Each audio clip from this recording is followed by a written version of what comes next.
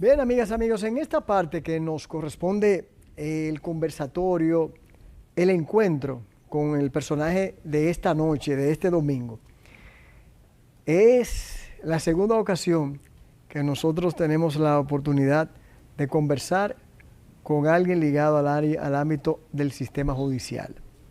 Ya en una ocasión estuvo con nosotros el presidente de la Suprema, don Henry Molina. Y ahora tenemos a alguien a quien tenemos mucha admiración, mucho respeto por el proceder en su carrera como juez, que lo es de la Corte de Apelación Laboral del Departamento Judicial de Santiago, el magistrado Radamés Rodríguez. Magistrado, muchas gracias. Muchísimas gracias a usted, doctor Jordi, por invitarme a su programa y permitirme entrar en los hogares dominicanos. Ya, muchísimas gracias. De eso se trata. Magistrado, ¿de dónde usted es oriundo? ¿Dónde usted nació? Yo nací en Jamao al Norte. Eso es un municipio de la provincia de Espaillá. Sí. Cuando nací, obviamente, era un campo que pertenecía al municipio de Moca. Sí. Pero ya hoy es un municipio distinto a Moca. O sea que ya no soy mocano. Está buena esa. ¿Y por qué el área del derecho? Bueno, el derecho siempre fue una pasión. Y una pasión que nos viene de ver el ejercicio de profesionales brillantes. Sí. Vamos a llamar a Yotin Curi, don Negro Vera, don Lilo Vera, gente muy destacada y de un prestigio que todos los profesionales que continuamos después, que ingresamos a la universidad, vimos como un referente a estos profesionales que han pasado los años y han mantenido ya algunos de ellos desaparecidos, Sí. pero en el caso de don Negro Vera, Sí. una persona muy respetada, no solamente en Santiago, sino y un orgullo de todos los dominicanos, Gracias. por su ejercicio decente, amable, un caballero. Gracias por eso. Es lo que le corresponde a mi parte por él. ¿Por qué? No, antes de eso, ¿qué usted entiende que se necesita de las cualidades para ser juez? Bueno, para ser juez se necesitan unas cualidades especiales, porque usted puede tener actitud para ser abogado, no necesariamente la tiene para ser juez. Es así. El juez es un árbitro de soluciones de conflictos, no a través de los métodos adversariales que permiten una conciliación o una mediación de manera amigable fuera del ámbito de los tribunales, Sí. sino que el juez es el que resuelve el conflicto a través de una decisión que se le denomina sentencia, resolución u ordenanza. Obviamente se trata de un acto de fuerza. Y digo de fuerza porque se le impone a la otra parte la decisión del juez. Obviamente que las partes en litis tienen toda la oportunidad de apelar la decisión cuando no están conformes. Entonces, la condición del juez es muy distinta, por ejemplo, al abogado. El juez es un árbitro, pero un árbitro que debe ser consciente, debe ser estudioso y tener la paciencia de escuchar y decidir conforme al mandato. No necesariamente ya, como se decía, que el juez era la boca de ley. Sí, No podemos decir, ya el juez... ¿En qué ha cambiado? Ya es un juez más constitucional, más viendo los tratados internacionales, viendo los convenios internacionales que han sido ratificados por el país, y ya el juez tiene que ver primero el ámbito de la Constitución y ver si esa Constitución, si esa ley es conforme a la Constitución, y en ese sentido tiene que hacer un juicio primero constitucional al proceso que está conociendo y a las normas que pretende aplicar. ¿Usted no cree que a veces, magistrado, hablando del bloque constitucional, del aspecto de la visión que debe tener un juez, que estamos totalmente de acuerdo, porque también se le da el derecho de controlar de que haya una norma que pueda estar violando la Carta Magna, la Constitución, que a veces en materias, en vez de enfocarse también en la parte del punto nodal que corresponde, si es laboral, si es civil, si es de tierra, se quedan simple y llanamente en el ámbito constitucional? Depende. Si el juez, al realizar el estudio de la constitucionalización del proceso que va a conocer, se percata de que la norma a aplicar no es conforme a la Constitución, pues tan sencillo, el juez dirá que no es aplicable por ser contraria a la norma sustantiva. Y en ese sentido, el juez no se abocará a decidir el conflicto que le ha sido presentado a fin de dar una solución al caso. Entiendo. Pero el juez no puede, el juez no puede alegar oscuridad, la falta de una norma, porque el juez tiene que buscar una solución al conflicto que se le presenta. Con su motivación de vida. Con su motivación de vida. O sea, porque el hecho de que no sea aplicable una norma no implica que no haya otra que pueda ser aplicable. ¿Por qué usted eligió la carrera de juez? Bueno, la carrera de juez la elegí y parece un poquito contradictoria, vamos a llamarle, porque fue fruto de una situación que me ocurrió en los tribunales. Yo tuve un referimiento. Yo era abogado de empresa de Zona Franca. Yo me acuerdo. Tenía un ejercicio bastante concurrido, bastante activo. Tuve un referimiento porque toda la maquinaria y la cuenta de una empresa estaban detenidas, fruto de un embargo trabado. Me gustaría, el referimiento para aquellos que no son abogados ni abogadas, es un procedimiento que se utiliza de manera urgente para evitar una situación que pueda afectar a una parte que es la que lo va a interponer, ya sea hay un embargo en cuentas de bancos de una empresa o de una persona física, entiende esa persona que le está afectando en su bien y el embargo que se ha interpuesto o la oposición no corresponde, entonces tratan de buscar por la vía rápida, urgente, expedita, que es el referimiento. Correctamente, que es una medida de carácter provisional. Correcto. Porque no juzga el fondo, ni tampoco lo prejuzga, aun cuando se dice que el juez de los referimientos se envuelve un poco, ¿verdad? Y que el fondo. Sin embargo, se trata de una medida para evitar una turbación manifiestamente ilícita que pueda provocar que, qué sé yo, que un empleador o un deudor vayan en un momento dado y desmantelen la empresa, fruto de una sentencia que le ha sido dictada. Entonces, en ese sentido, nosotros acudimos ante un juez de los referimientos. Estamos hablando de los años 90, 91. Ya teníamos 8 meses y el juez no me fallaba. O la juez, no voy a señalar obviamente el nombre, no es necesario. No fallaba esa demanda de referimiento. Acudí ante el despacho de la juez a pedirle a ver en qué medida lo podía agendar para que lo fallara. No se sintió cómoda y me dijo que yo la iba a hacer a ella dimitir de su posición. Y yo le dije, no, honorable magistrada, no dimita. Yo era un juez de poco ejercicio, digo un abogado de poco ejercicio. Le dije, magistrada, no es necesario. Yo le prometo que no vuelvo más aquí. Pero a mi salida, usted verá en su puerta una toca y un birrete colgando de un abogado frustrado. ¡Wow! Entonces, decidió tomar la carrera de juez. Bueno, después se presentó que estaba en el ejercicio, un ejercicio constante, y el Colegio de Abogados y la Asociación de Abogados, en el 1992, donde se abrió la posibilidad, era el Senado de la República que designaba a los jueces en ese tiempo. Y el Colegio de Abogados y la Asociación de Abogados lo propusieron a usted. Se acercaron a mí, me dijeron que si no tenía interés, y yo un tanto motivado por aquello de ver, de un desafío, de ver si era posible, o si no era posible, fallar a tiempo los expedientes. Y realmente eso fue un desafío. Ingresé a ser juez por un periodo, dije en ese momento, de 2 años, y ya tengo 32. y en ese año que usted entró, o que se propuso, En el 92 fue que entró en vigencia el Código de Trabajo actual. Correctamente. Casualmente, y usted está en el área laboral. Correctamente.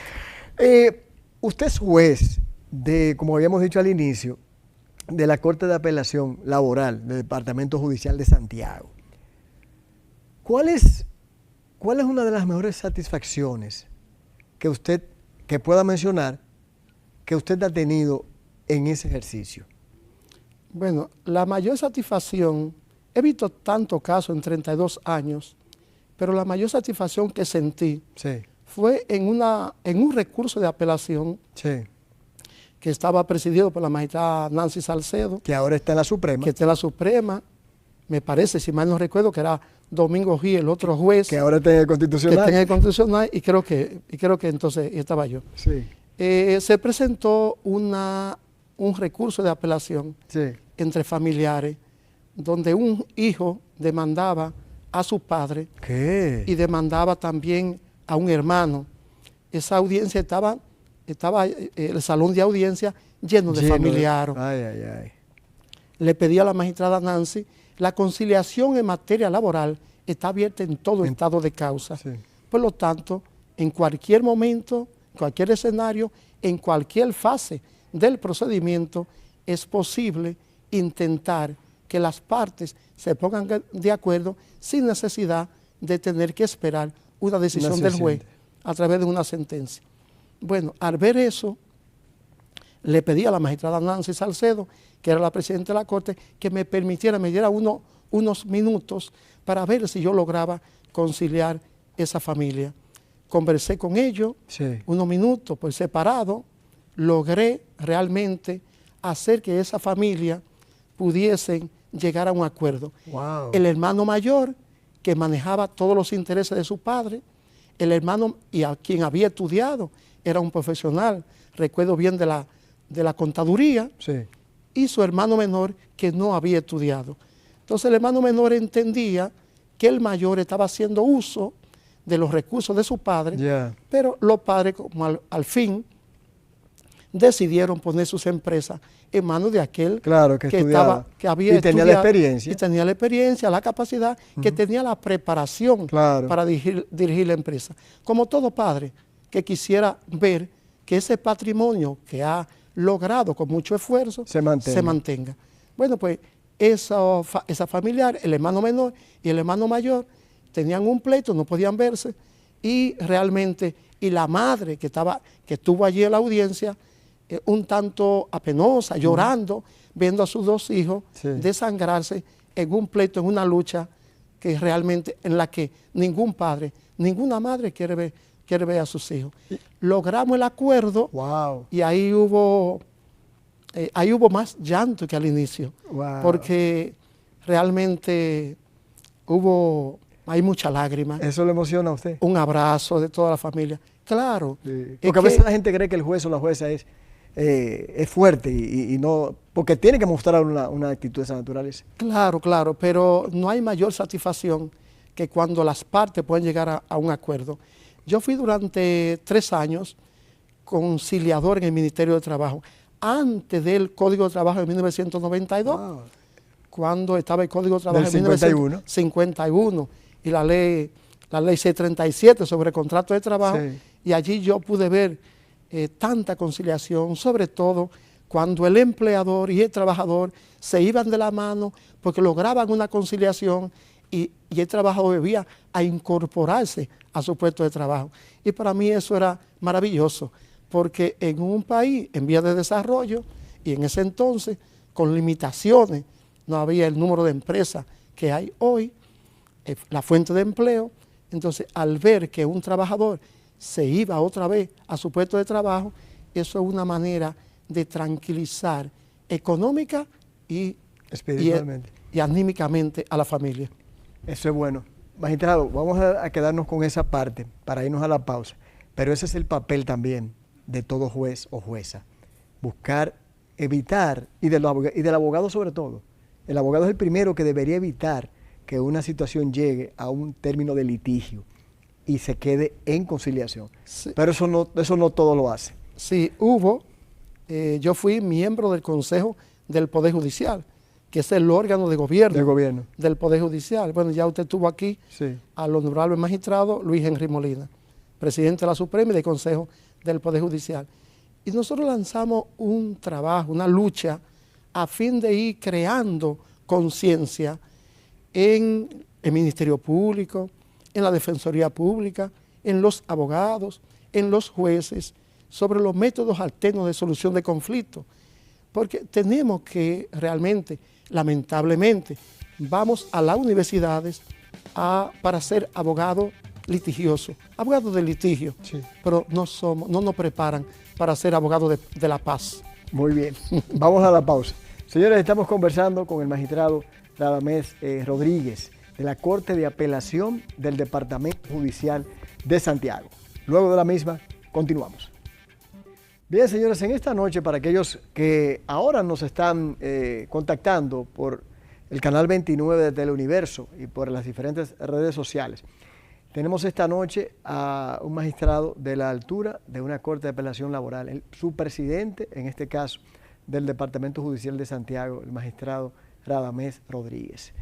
Magistrado, nos quedamos en la parte, en un momento hablábamos en la conversación anterior, en el segmento anterior, sobre el aspecto del código. Ya el Código de Trabajo del 92 tiene casi 32 años, tiene más de 30 años. Así es.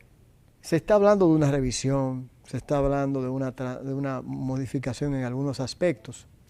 ¿Usted entiende que esa normativa tiene que ser revisada? Creo que sí, que debe ser revisada. No podemos olvidar que el Código de Trabajo fue promulgado en 1992, lo que implica ya que han transcurrido 22 años. En 22 años ha cambiado mucho la mano de obra, ha cambiado mucho la eficiencia y la eficacia del trabajo. Ya tenemos que incorporar el trabajo a distancia, ya tenemos que incorporar nuevas modalidades de trabajo, de ejercer la función laboral. Y en ese sentido el Código de Trabajo no puede quedarse atrás. La normativa debe ir encaminada junto con esa nueva producción que ha habido, por ejemplo, en materia informática, ya la cantidad ya de trabajadores que laboran desde su casa, Teletrabajo. a través de teletrabajo. Entonces tenemos que integrar esa nueva figura que han surgido al derecho del trabajo, hacer el derecho de trabajo más cónsono con los nuevos tiempos. Y es ahí, obviamente, un derecho de trabajo que sea un tanto más flexible, donde el trabajador pueda desempeñarse en 2 jornadas en el día, sin que eso afecte la salud del trabajador, creando obviamente las condiciones para que la sociedad dominicana siga encaminándose en un sendero de crecimiento y de desarrollo. Sí, y sobre todo el hecho mismo de que el derecho laboral es un derecho muy activo, realista, muy actual. O sea, va mucho más rápido que muchas otras disposiciones por la misma situación de su ámbito al que abarca. Magistrado, según su criterio, que usted recuerde, ¿cuáles son logros jurisprudenciales? Puede mencionarme uno de los que usted ha manejado que han sido de los más preponderantes en los últimos tiempos.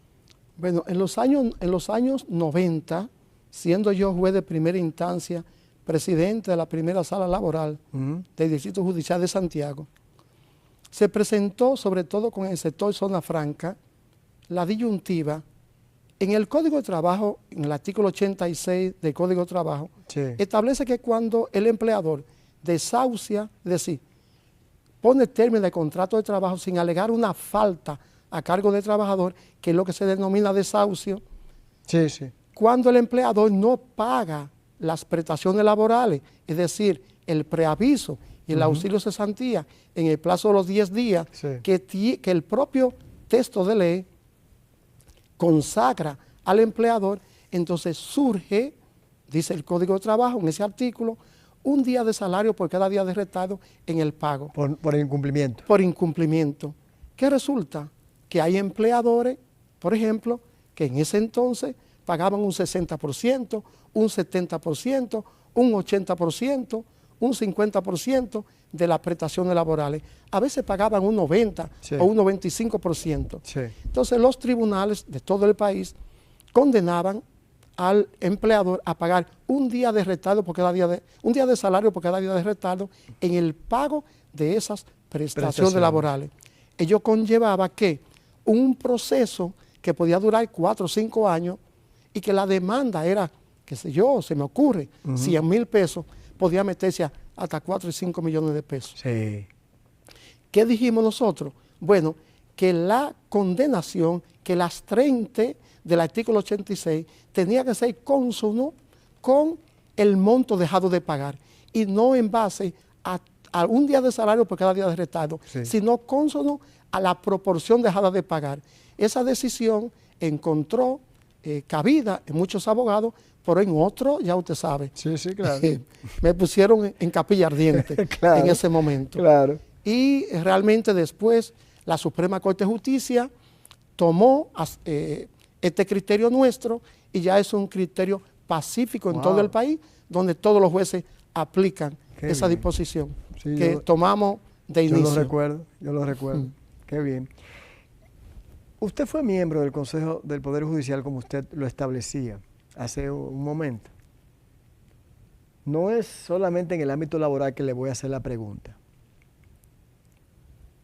¿Qué usted cree, magistrado, sin que usted entre en contradicción, que nos falta como sistema judicial dominicano, asumiendo que el sistema judicial es un servicio judicial? ¿Qué es lo que nos falta? Porque estamos hablando de la modernidad, la firma electrónica, ahora hay mucho avance con el aspecto tecnológico, pero algo está faltando en el sistema judicial dominicano, que cada vez que se habla en encuesta a nivel de confianza, la población no tiene esa gran valoración. Claro, asumiendo que la justicia es solo penal, porque es la que más se conoce, es la que más sale en los medios.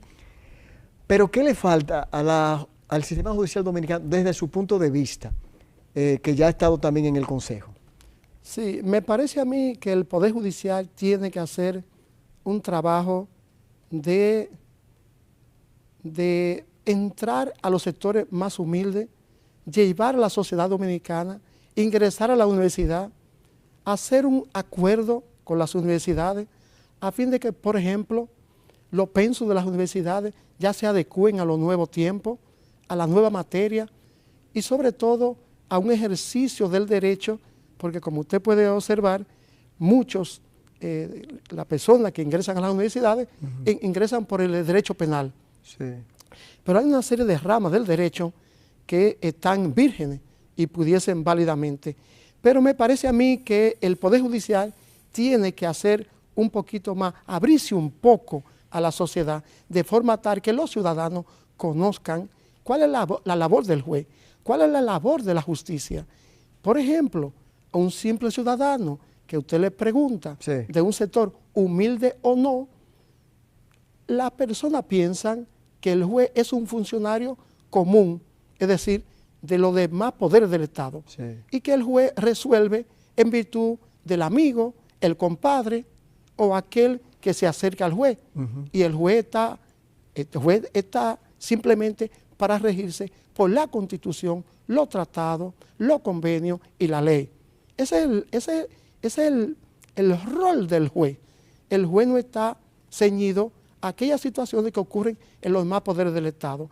Entonces, es importante que el ciudadano sepa que que la justicia está integrada, el Poder Judicial lo integran los jueces y los servidores judiciales administrativos. Es decir, el Ministerio Público es una representación del Poder Ejecutivo ante el Poder Judicial. Lo mismo pasa con la Defensoría Pública, que es un órgano, bueno, un órgano constitucional. Claro. Pero los ciudadanos no saben distinguir. Cuando ocurre un hecho en un barrio con la policía, lo primero que dice el ciudadano, aquí no hay justicia. Sí. Sin embargo, ese hecho o ese evento No tiene que ver con justicia. no tienen absolutamente nada que ver con el juez. También el ciudadano no piensa que el juez debe ir donde está el evento, donde ha ocurrido el evento. Y el juez no es parte de esa investigación. Esa investigación se ocupa el Ministerio Público. Y el Ministerio Público postula ante el juez, pero el juez no tiene a su cargo ese proceso de investigación inicial que está a cargo de la policía y el Ministerio Público. Me parece a mí que el Poder Judicial tiene que hacer un poco de énfasis en nuestros sectores humildes, en los medios de comunicación, con la prensa, para dar a conocer cuál es la labor que desempeñamos los jueces del país. Porque me parece a mí que se debe un poco... Hay poca comunicación. Hay poca comunicación y eso hay que fortalecerlo. Se ha trabajado. Hay que reconocer que el magistrado Luis Henry Molina ha estado trabajando, que la Escuela Nacional de la Judicatura ha estado trabajando para fortalecer, pero se necesita hacer un poquito más de esfuerzo. Magistrado, ya en la parte final, brevemente, ¿qué es lo más difícil de ser juez? Bueno, lo más difícil para el juez es tener a dos personas que están frente a uno.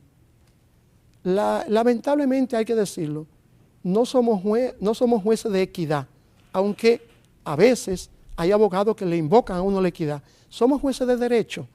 O sea, usted tiene que invocar y hacer un requerimiento para que el juez pueda estatuir y decidir respecto a ese requerimiento. Pero el juez el juez no es Salomón para partir el niño en dos. El juez se va por aquel que logre probarle que tiene la razón.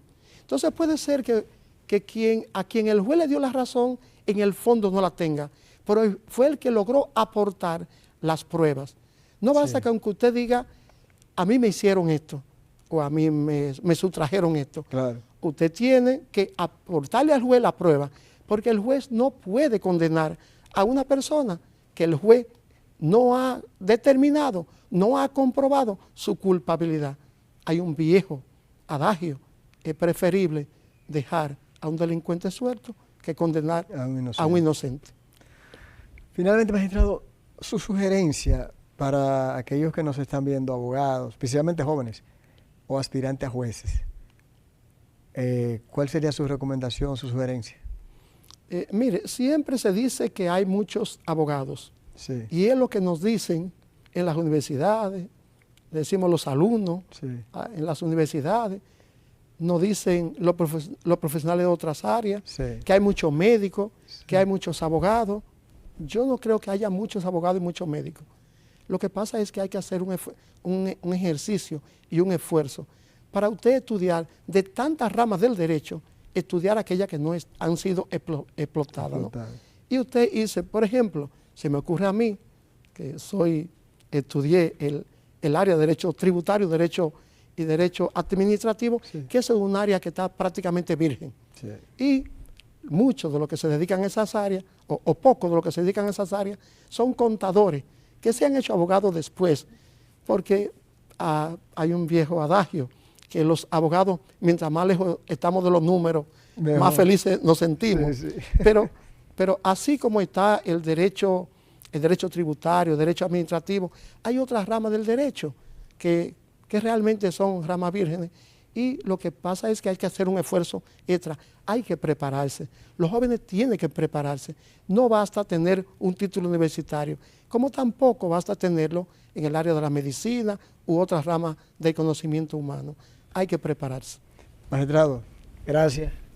Complacido con este tiempo con usted. Muchísimas gracias, Jordi.